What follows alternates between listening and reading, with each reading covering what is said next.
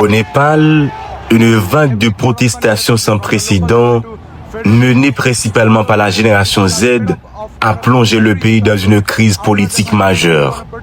Le déclencheur immédiat a été l'interdiction des réseaux sociaux par le gouvernement, une mesure perçue comme une atteinte à la liberté d'expression.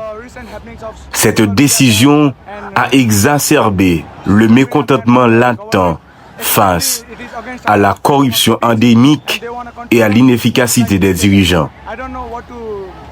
Les manifestations ont rapidement dégénéré en affrontements violents avec les forces de l'ordre. La police a ouvert le feu sur les manifestants à Katmandou, faisant au moins 22 morts et des centaines de blessés. Des bâtiments gouvernementaux, dont le Parlement et la résidence du Premier ministre, ont été incendiés. Face à l'ampleur de la contestation, le Premier ministre K.P. Sharma Oli a présenté sa démission.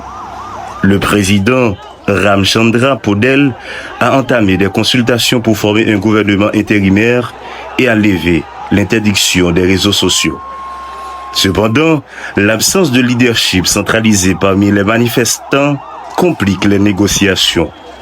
Des figures populaires comme le maire de Katmandou, Balandra Shah, et le journaliste Rabi Lamachan émergent comme des porte-voix potentiels de cette jeunesse en quête de changement.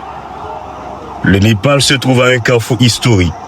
La jeunesse, désillusionnée par des décennies de promesses non tenues, réclame une refonte complète du système politique.